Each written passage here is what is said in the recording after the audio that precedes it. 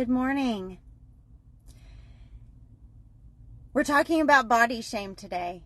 It's session 1, day 2 of the Unashamed Bible Study series. And today's devotional on the Patreon app is about body shame.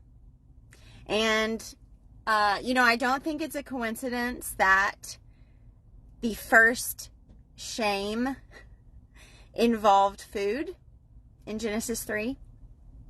It involved food, and then immediately the man and the woman realized that they had a body image problem. They were naked and they were ashamed by it. And so they went and they hid and they made probably really shoddy fig leaf costumes. Isn't that so the world we still live in today? Now, think about this, okay? Adam and Eve, if anyone had the perfect body, it was Adam and Eve. Like, the Lord God knit them together. He said, that is very good. That's what he said in the Hebrew. That is very good, what they look like. And they were naked. And then they had a situation with food. And it was more than that, obviously, as well. But it made them, they were suddenly ashamed of what they looked like. True confessions, guys. I am almost 42 years old. And on December 31st of this year, I literally, one of the many prayers that I prayed was, Lord God, may this be the year when I can lay the shame of body image that I've had for 42 years at your feet. Can this be the year where I finally get over that? Where I finally let that go?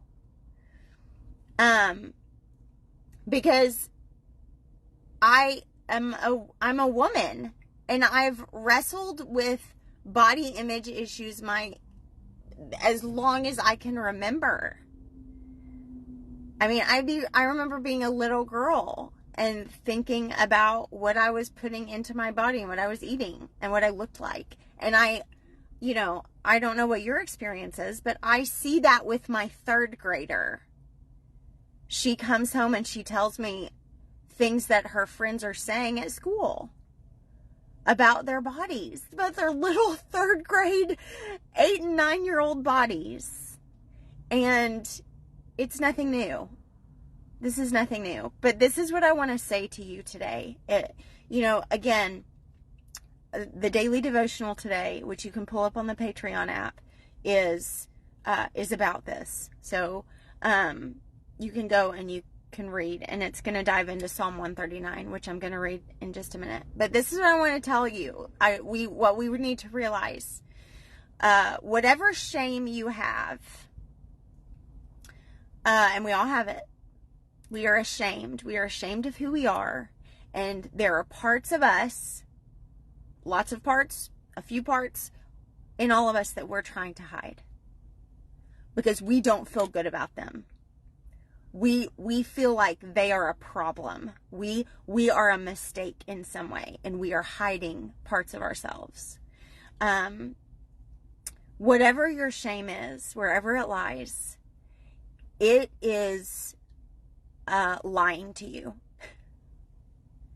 Shame is a liar. Shame is a manipulator. Shame is that voice in you that criticizes and twists your words. Twists the truth. For a person, maybe all of us, any of us that have body image issues, you can say to me all day, Danielle, you look great, you look beautiful, you look fine. That doesn't change the shame in me, right? That doesn't change. Like, if you are a person that deals with whatever you're dealing with, and somebody says, no, that's not who you are, you're this. Like, you can hear that all day. But the twister of words, the deceiver that shame is will twist those words and go, but it's not true. I can't believe that. I don't believe that in me. I want to believe it, but I don't believe it. Because shame is a twister and a manipulator and a liar and a deceiver. It's not rational, right? The Adam and Eve hid because they were naked. They had been naked the whole time. They had been naked since the beginning. And guess what? It wasn't a problem.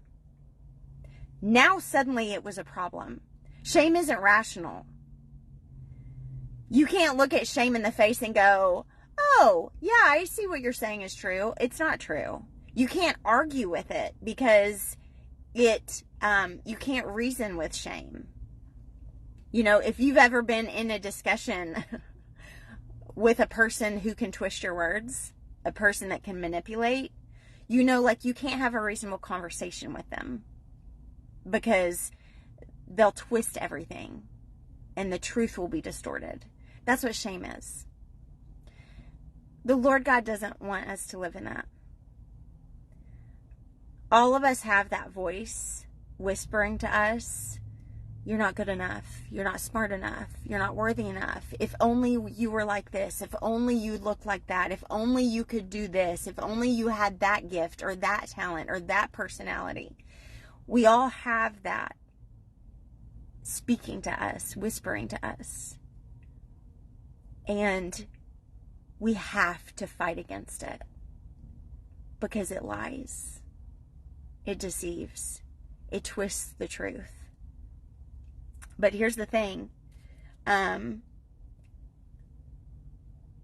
one relationship, the one thing that can heal your shame, my shame,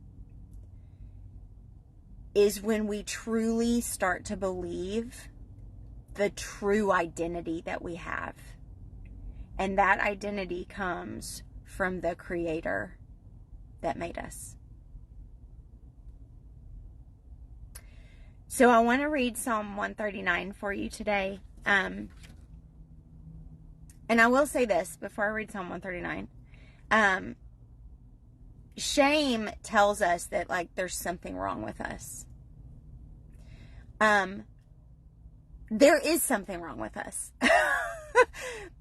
There is. We are broken. We're broken people. You know, you sing that song in church, come just as you are. Come as you are. What is that?